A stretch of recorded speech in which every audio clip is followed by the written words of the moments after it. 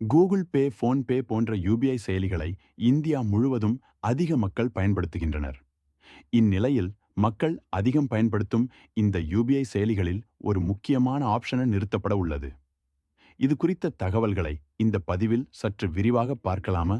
October 1 முதல் இந்தியாவில் UPI செயலிகள் மூலம் ஒருவருக்கொருவர் பணம் பரிமாற்றம் செய்வது, மளிகை கடைக்குச் சென்று வாங்கும் சிறிய ரக பொருட்களுக்கும் ஸ்கேன் செய்து பணம் வழங்கும் முறை இப்போது அதிகரித்து வருகிறது. அதுவும் இந்த யுபிஐ செயலிகள் மூலம் தொலைவில் இருக்கும் உறவினர்கள், நண்பர்களுக்கு சில நொடிகளில் பணம் அனுப்ப முடிகிறது.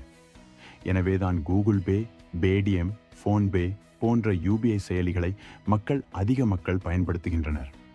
அதேபோல் இந்த யுபிஐ செயலிகளில் அவ்வப்போது புதிய அப்டேட் மற்றும் பாதுகாப்பு வசதிகளை சேர்த்து வருகிறது இந்திய தேசிய கொடுப்பனவு கழகம், national payments corporation of India. அந்த வகையில் யுபிஐ செயலிகளில் மிகவும் முக்கியமான வசதி ஒன்று வரும். அக்டோபர் 1 முதல் நீக்கப்பட உள்ளது. குறிப்பாக கலெக்ட் ரெக்யூஸ்ட், கலெக்ட் ரிக்வெஸ்ட் வசதியை பெரும்பாலும் மோசடி கும்பலே அதிகளவில் பயன்படுத்துவதாகவும், பயனர்கள் பணம் செலுத்துவதற்கான கோரிக்கையை ஏற்றவுடன் தங்கள் அக்கவுண்டிலிருந்து பணம் சென்றுவிடும். பணம் எடுப்பதற்கான கோரிக்கை என்று அறியாமலே பலர் இதில் ஏமாந்து விடுவதால் இந்த வசதி நிறுத்தப்படுவதாக தெரிவிக்கப்பட்டுள்ளது. முன்னதாக ஒரு பரிவர்த்தனைக்கு அதிகபட்சம் 2000 ரூபாய் வரை மட்டுமே செலுத்த முடியும் என்ற கட்டுப்பாடுகள் கொண்டுவரப்பட்டிருந்தது. இது மோசடியை அதிகளவில் கட்டுப்படுத்திய நிலையில் இத்தகைய மோசடிகளை முற்றிலும் முடிவுக்கு கொண்டு வரும் வகையில் என்பிசிஐ இந்த புதிய நடவடிக்கையை எடுத்துள்ளது.